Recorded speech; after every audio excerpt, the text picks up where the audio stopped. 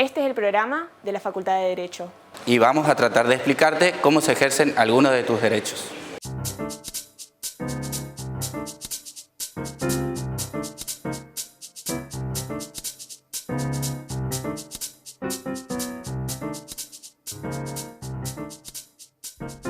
Comenzamos otro programa de Hablemos de Derechos desde aquí, desde esta casa de estudios que va hacia la comunidad a través de Canal 13 Max.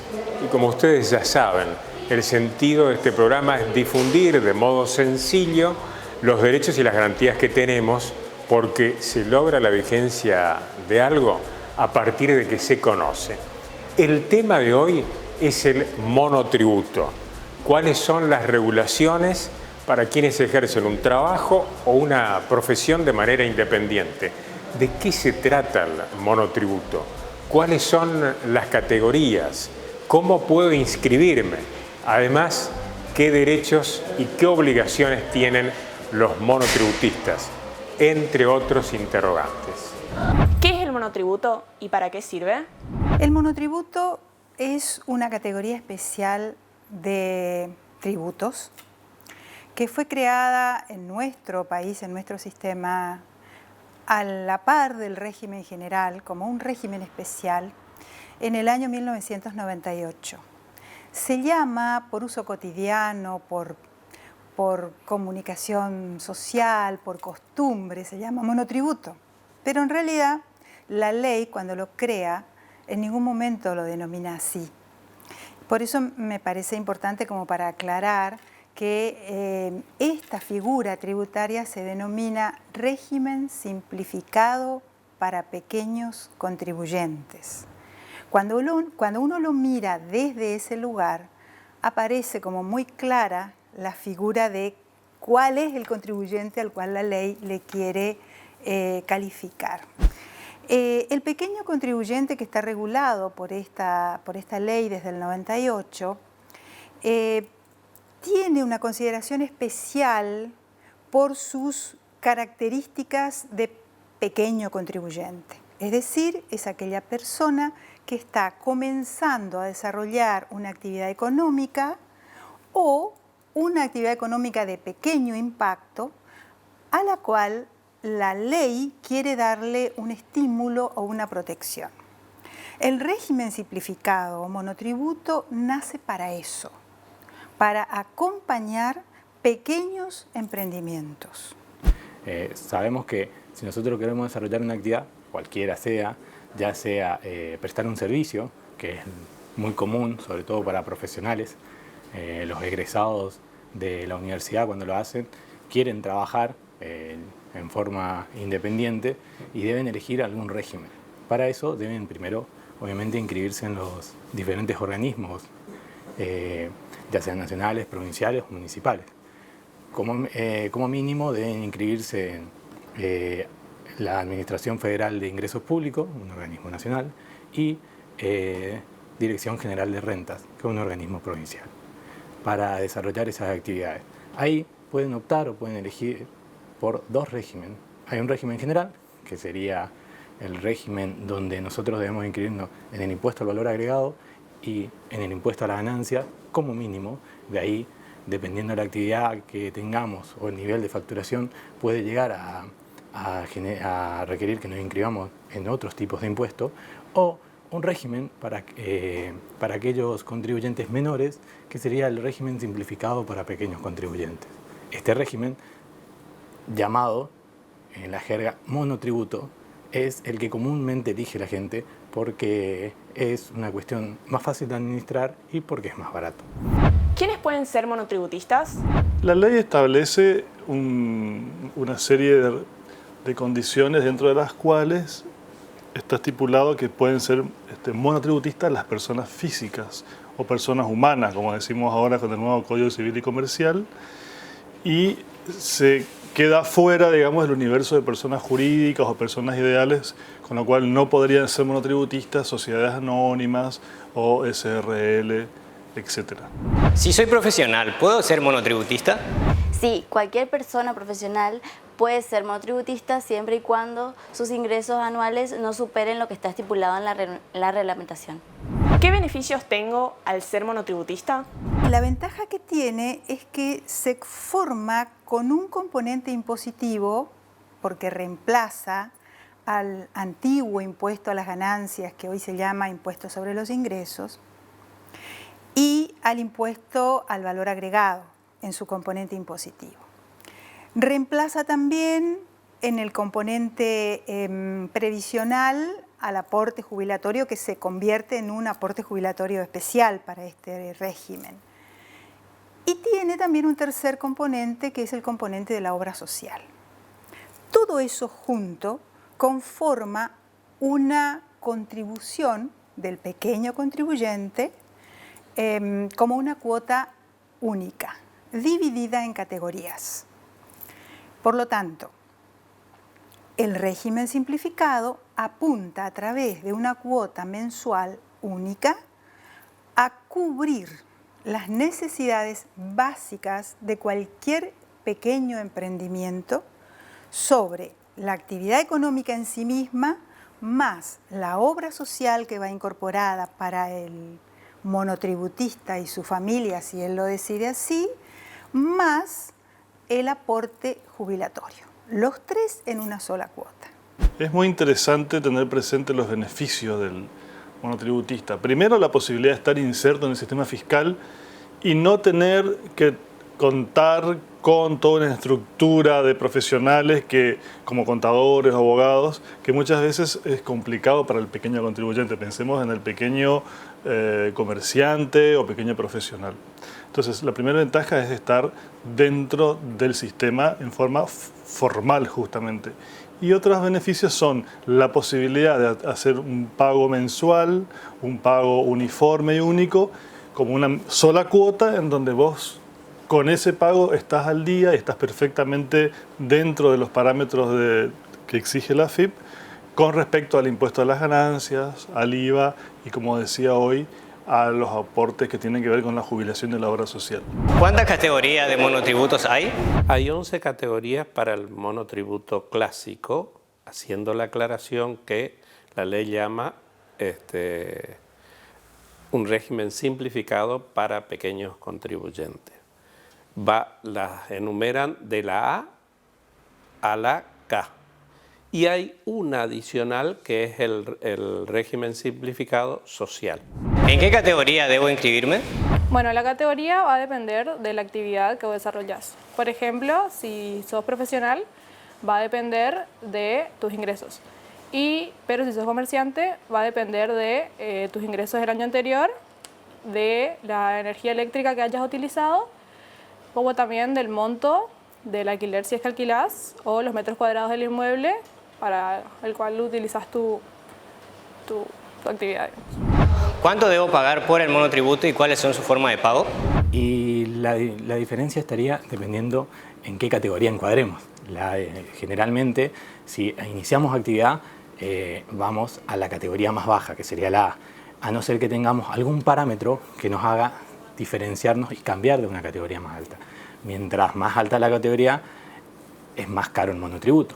En la categoría A pagaría unos 1.294 pesos, unos 1.300 pesos. En la categoría H, que sería la categoría última para la prestación o locación de servicio, estoy pagando por el concepto total unos 5.500 y en el caso de venta de cosas móviles unos 6.500. La diferencia es que si voy por el concepto solamente impositivo, pago menos. En la categoría A pago solamente 111 pesos y en la categoría H, que sería la última para la locación de servicio, unos 4.600.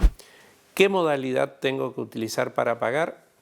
En principio, la primera modalidad es la de el débito automático. Eso le produce al contribuyente del régimen simplificado un beneficio, que de las 12 cuotas, como son cuotas mensuales, de las 12 cuotas paga 11 y una cuota no paga, le bonifican una cuota. Y después puede utilizar cualquier pago electrónico, como por ejemplo el BET, que es el volante especial de pago. Puede utilizar la red Link, la red Banelco, Pagos Mis Cuentas, y para el régimen especial social es el único régimen que puede utilizar el pago en forma de cajero humano. ¿Qué pasa si no pago el monotributo? En principio, como todas obligaciones que no se cumplen, estas te van a generar intereses que posteriormente te los van a cobrar. Tampoco, si no se paga el monotributo, vas a poder utilizar la obra social. Y en el caso de que el monotributo no se pague por un plazo mayor a los 10 meses, la AFIP te va a dar de baja como monotributista de manera automática. Esto significa que desde ese momento ya no se te van a generar deudas, pero no quita que no se dé a cumplir con el pago de las respectivas deudas anteriores. Si se llega a este caso de que la AFIP te da de baja, tampoco vas a poder facturar como monotributista. Por supuesto que es importante pagar en tiempo y forma la cuota, que generalmente es el 20 de cada mes. Supongamos la de octubre, vencería el 20 de octubre o el 20 de noviembre en noviembre. Y en el caso de no pago, se aplica una pequeña suma en concepto de intereses. ¿Qué pasa si mis ingresos aumentan o se reducen? Si tus ingresos aumentaron, lo que tienes que hacer es subir de categoría y pagar una suma fija mensual más alta. Si tus ingresos bajaron, tenés que bajar de categoría y pagar una suma fija mensual más baja. Pero si se mantuvieron, tenés que de igual manera hacer el trámite y confirmar la categoría una vez finalizado el periodo. Este es un sistema, desde mi punto de vista, favorable de autogestión. Creo que es, de todo el régimen tributario completo, el que más apunta o focaliza a la autogestión. Por lo tanto, el pequeño contribuyente es el principal responsable de revisar en qué situación está dentro de los parámetros que la ley establece y modificar, porque así lo permite el sistema, cada 6 meses, su situación y ubicarse en un parámetro superior, si es que realmente sus ingresos o los otros condicionantes de la ley así se lo exigen, o ubicarse en un parámetro inferior, si es que no llega a cubrir los parámetros que exige la ley en la categoría en que está. ¿Es obligatorio cambiar de categoría? Como es un sistema de autogestión, el principal responsable del lugar en el que está ubicado dentro del régimen simplificado es el contribuyente. Si él no, por sí solo no se categoriza, puede hacerlo la Administración Federal de oficio. Y eso le puede traer también algún inconveniente porque la Administración Federal puede tener un criterio para categorizarlo y además le impone una multa cuando advierte que no lo ha hecho y que tendría que estar en una categoría superior. Y la multa es un 50% del aporte previsional que está obligado a hacer.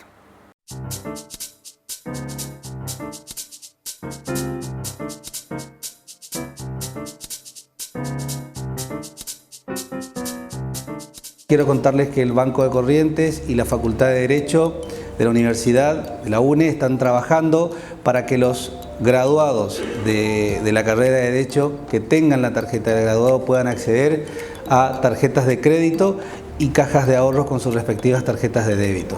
Con esto van a poder aprovechar los comercios y los distintos beneficios y descuentos que tienen estos servicios del banco y podrán informarse de cuáles son entrando a www.promosdelbanco.com. Para poder tramitar esta tarjeta de crédito y de débito pueden acercarse a la sucursal del banco que está en el Centenario Shopping de 10 de la mañana a 5 de la tarde y en la sucursal de San Juan y 9 de Julio de 7 de la mañana a 13 horas de lunes a viernes. Para ello tienen que llevar solamente su documento y su tarjeta de graduado.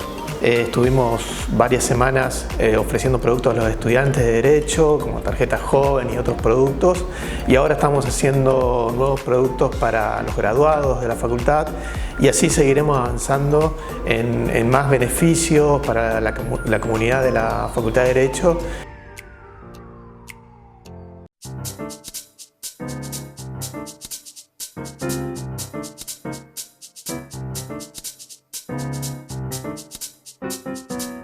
Y en esta segunda parte del programa, estudiantes y docentes de esta Facultad de Derecho van a explicar cómo se puede dar de alta o de baja el monotributo. Y a su vez, dos cuestiones de gran preocupación: la cobertura de salud y el futuro, las jubilaciones. ¿Pueden los monotributistas tener obra social? ¿Pueden elegir la misma? Y a su vez, ¿tienen derecho a jubilarse? ¿Cómo es el sistema? Seguimos entonces hablando de derechos. ¿Puedo tener empleados si soy monotributista? No hay ninguna exclusión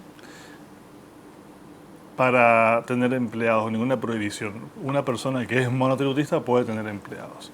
¿Qué pasa? Por supuesto que se supone que uno es un pequeño contribuyente, con lo cual tiene que haber consistencia entre la cantidad de empleados que tiene, los sueldos que paga a los empleados y su categoría de monotributista. Esa es la pregunta que tiene varias respuestas, pero yo me voy a inclinar por una. Yo creo que sí, que puede tener empleados. Creo que la ley lo prevé de algún modo en su reforma actual. Pero también creo que por el sentido jurídico común y por la exposición de motivos de la ley, si el monotributista decide tener empleados, la ley establece una dinámica bifronte, bipartita. Es decir, él, como monotributista, queda incorporado al régimen con todas las condiciones que establece el régimen simplificado. Pero sus empleados están incorporados al régimen general de la Seguridad Social, con todos los rasgos que tiene el régimen general, y él debe inscribirse como empleador en el régimen general. Por lo tanto, ahí actúa la ley de una forma, como dije, bifronte, para sostener ambas posiciones. Proteger al trabajador por un lado y por el otro, proteger y contener el sistema del régimen simplificado. ¿Puedo ser monotributista si trabajo en relación de dependencia? Bueno, le da una situación muy particular al monotributista que está a su vez en relación de dependencia. Puede tener las dos condiciones, con el beneficio de que dentro del régimen simplificado va a pagar únicamente el componente impositivo, es decir, aquello que reemplaza al impuesto al ingreso de las personas humanas y del impuesto al valor agregado. La contribución a la obra social y a la jubilación, no, porque ya eso está previsto que se le retenga en la relación de dependencia cuando le pagan el salario. ¿Es necesario que el monotributista tenga un postnet? Con la última reforma que se hizo de la ley en el año 2016, se estableció la obligatoriedad del uso del postner para los monotributistas, no para todos. Pero en el año 2018 se extendió esa obligación para todos los monotributistas, en tanto y en cuanto realicen los negocios vinculados a esa actividad con consumidores finales. ¿Cuándo puedo hacer el monotributo? En cualquier momento. El sistema de apertura, de inscripción es amplio. La Administración Federal tiene toda una base de datos y un sistema de comunicación también muy amplio, por lo tanto puede hacerlo en cualquier momento. Eso sí, tiene que pedir turno, que lo hace también vía internet, por lo tanto quizás estará un poco condicionado por el momento en que le den el turno en la administración, ¿no? ¿Qué requisitos debo presentar para hacer el monotributo? Una vez que solicita el turno y se lo dan, el procedimiento tiene como una doble fase. La primera de ellas es presencial, que también es importante remarcar. Quien quiera acceder a ello tiene que presentarse el día que le dieron el turno en la agencia de la Administración Federal y allí realizar una serie de pasos frente al funcionario o al empleado a cargo, como por ejemplo la ficha de datos biométricos, que consiste en la huella digital, en la firma digital, en la fotografía. Todo eso se hace dentro del sistema que la propia FIT manifiesta y tiene allí. También tiene que presentar certificado o mejor dicho, 2 constancias de domicilio para poder sacar el certificado, la constancia de domicilio fiscal, y también tiene que dar un correo electrónico para obtener el certificado, el domicilio electrónico con el cual se va a poder comunicar con la Administración Federal vía Internet.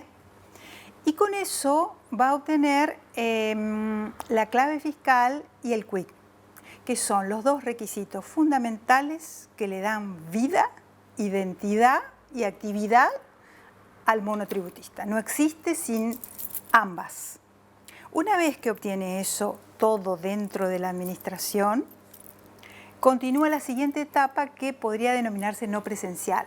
Es decir, que puede volver a su casa y en alguno de los sistemas, en las terminales electrónicas de su casa o de cualquier otro lugar, puede adherirse al régimen simplificado. Una vez que hago los trámites, ¿cuándo quedo adherido al monotributo? Bueno, una vez cumplimentado con todo lo exigido por la ley para adherir al régimen simplificado, en cualquier momento lo puede empezar a utilizar el sistema, con la siguiente salvedad. Es decir, si hace la adhesión después del día 20, que es la fecha tope para efectivizar el pago del régimen simplificado, va a tener que pagar, va a poder adherir, pero va a tener que pagar los intereses resarcitorios por haberse pasado el día 20 y queda normalmente adherido. ¿Cómo me doy de baja del monotributo? El monotributo me doy de baja por internet o porque terminé de desarrollar una actividad, no la quiero desarrollar más, porque pasé a ser responsable inscripto o porque simplemente no me interesa más estar en el sistema. Si me doy de baja, ¿puedo volver a adherirme? Sí, siempre y cuando me haya dado de baja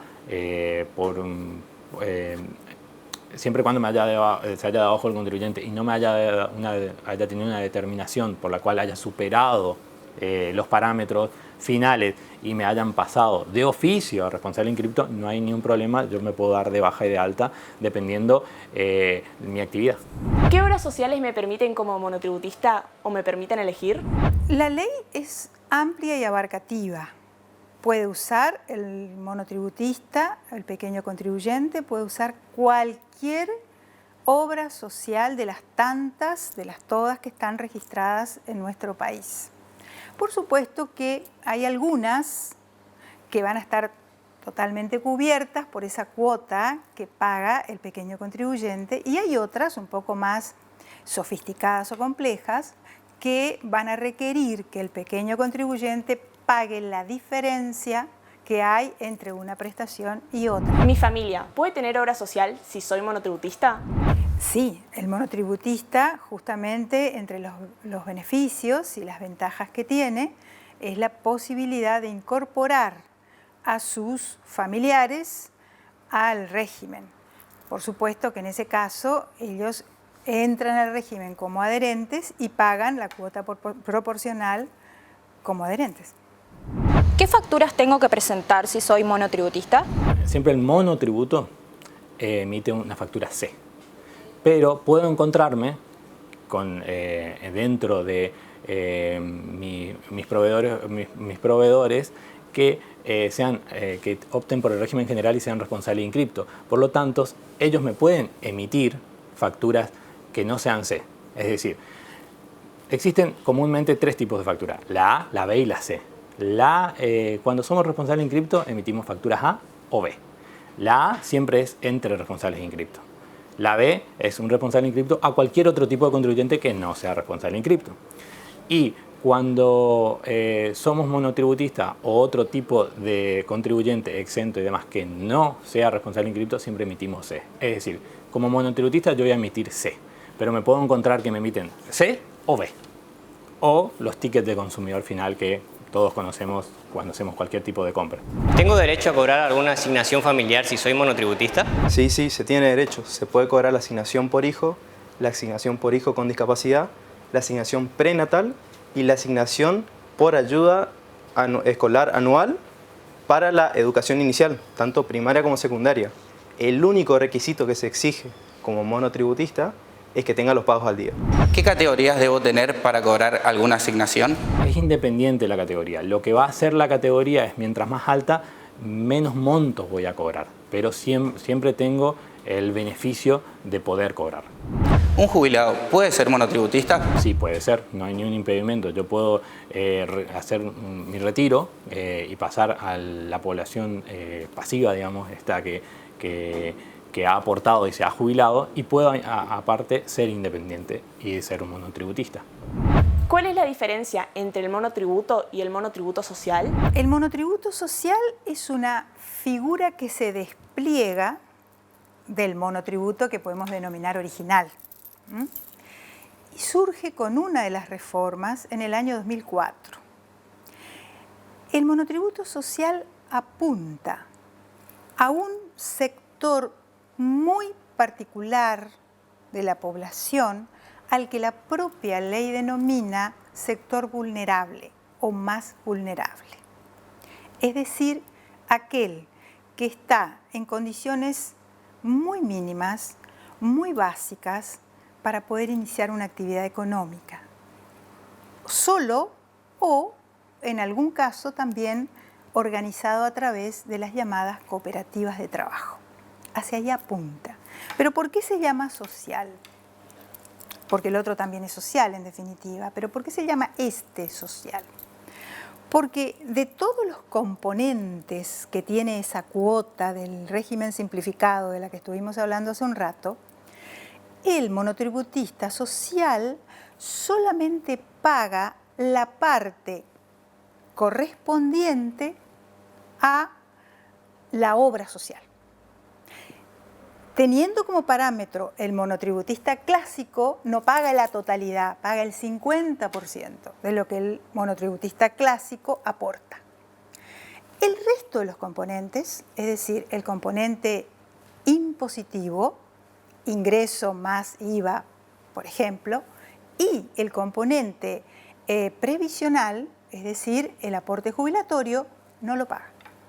Por eso se llama social, porque supone una forma de subsidio del Estado en general a este sector que tiene que tener ciertas y determinadas condiciones que justifiquen su estado de vulnerabilidad. ¿El monotributo es el mecanismo legal para reemplazar el trabajo en relación de dependencia? No es un mecanismo legal. Sí es cierto que dentro de la práctica se utiliza esta forma de prestación o locación de servicio para no tomar personal en relación de dependencia. He sabido que de 1 de cada 3 empleados que trabajan en relación de dependencia, no está registrado, 1 de cada 3. Pero no debería. Estamos hablando de dos regímenes totalmente diferentes. Uno es trabajar en forma independiente y el otro es trabajar bajo la relación de tener un patrón, comúnmente se dice un jefe, en el cual me dé órdenes, me dé un tiempo de trabajo, me dé un lugar, me dé las herramientas. En el otro yo trabajo en forma independiente y me contratan, si bien en los dos se contrata, pero me contratan para una actividad o servicio específico.